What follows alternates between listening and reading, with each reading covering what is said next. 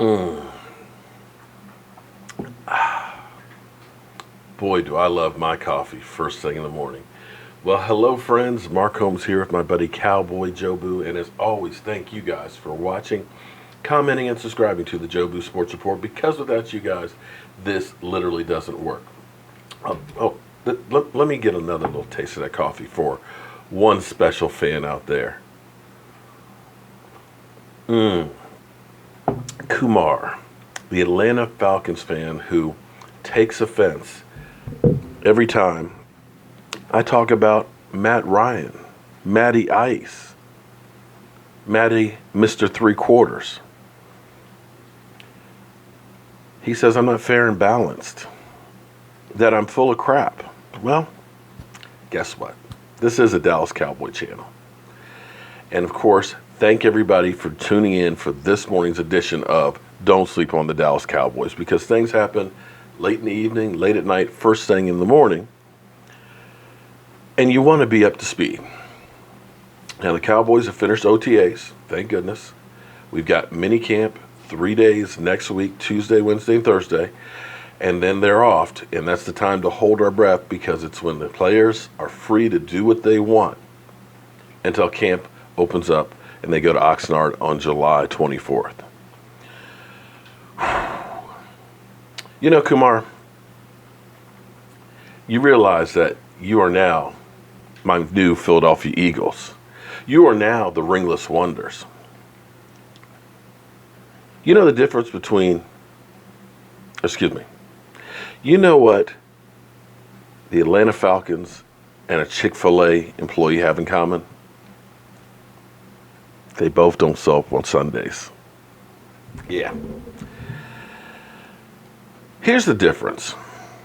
I say Matty Ice is just a regular guy. Yes, he had an MVP season. Yes, I'll give you that. He played fantastic that year, except for the fourth quarter of the Super Bowl when they gave up the biggest comeback in history in the Super Bowl and remained ringless.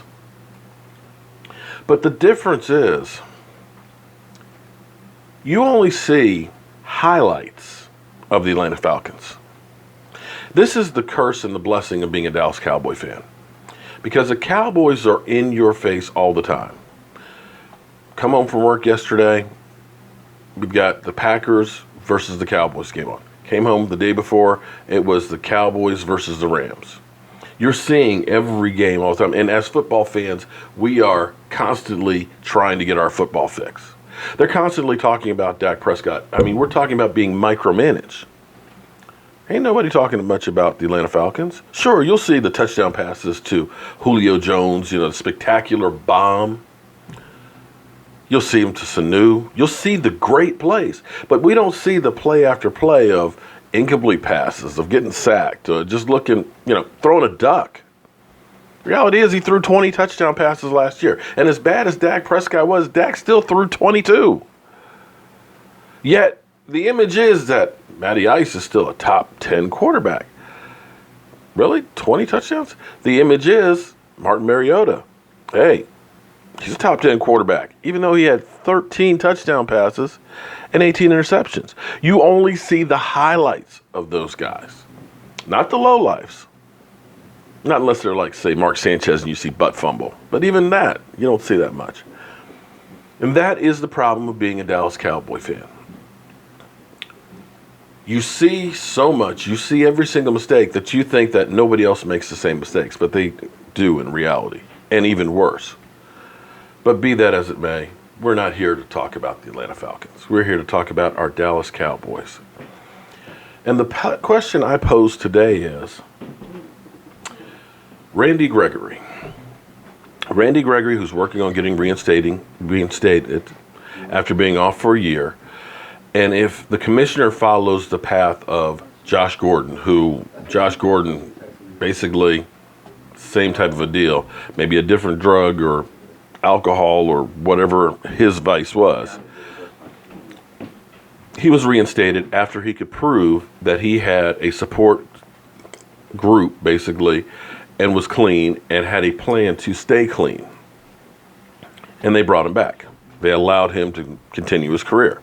Now, whether or not he stays on that path, well, only time will tell. So looking at Randy Gregory, more than likely the NFL will reinstate him. And for the Cowboys, he's still on his rookie contract getting paid peanuts. It costs you nothing. Because a lot of people said, why do we still have him on the Cowboys? The reality was, because he was suspended, you're not paying him. You hold his rights, and it's like when you go to jail. It's like the world stops for you, even though the world is moving on for everybody else. His contract, his rookie contract, froze that year. Cowboys get another year of him making chump change. So for them, best thing to do. If he never plays again, well, it really doesn't cost you much.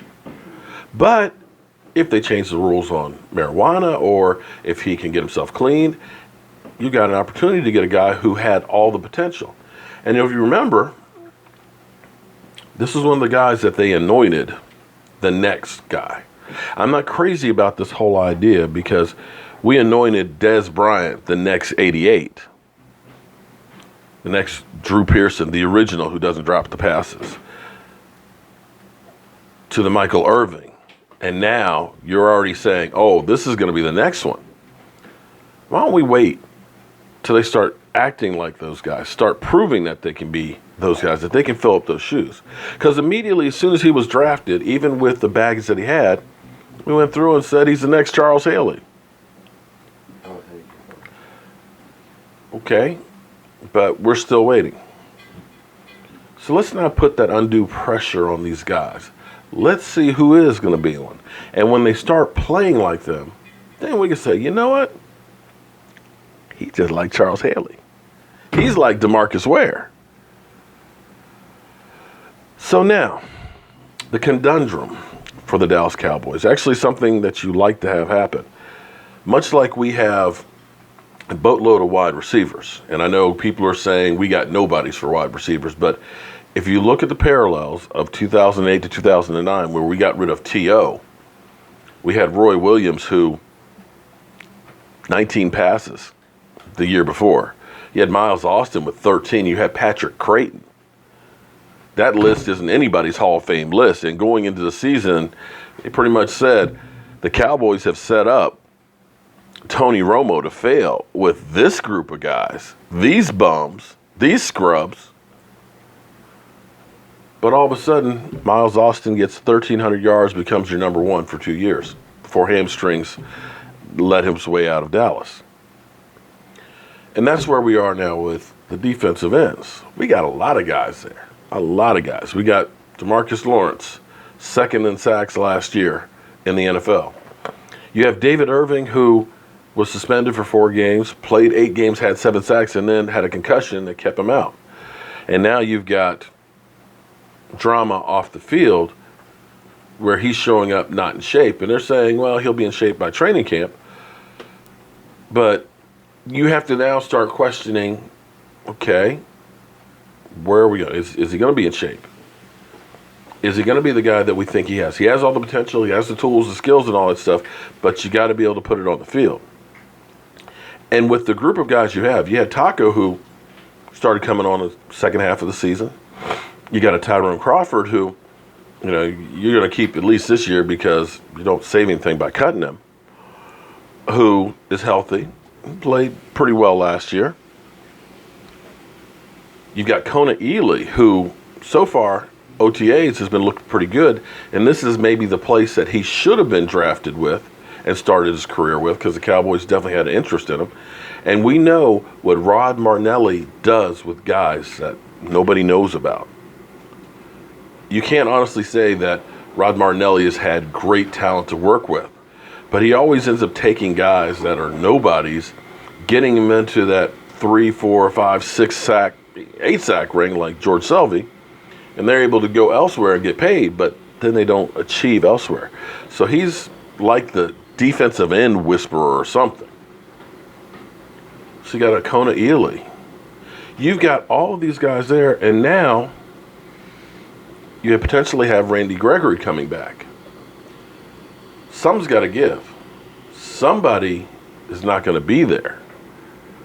So the question is, With everybody else being there, lifting weights, conditioning, there for all the OTAs, in shape, mind ready, working hard. And you have a David Irving who is dealing with, and believe me, I sympathize. I've been there, done that. I sympathize with him dealing with stuff. But however, like I've pointed out before, we're trying to run a business over here. Could David Irving be the odd man out if Randy Gregory is reinstated? And, this is a big and, he's in shape. I don't know, but we'll have to wait and see what happens come training camp. But it is a definite possibility. Oh man, I forgot to turn on the light. So as always, friends, I hope you guys have a great day. I'm going to try and get some work done outside before it rains. Then I'm going to be working in my workshop on some cabinets for the outdoor man cave. And I got to tell you, I can't wait till the season gets here so we can broadcast from outside. I'm Mark Holmes. This is my buddy Cowboy Joe Boo. And Kumar, this coffee is for you.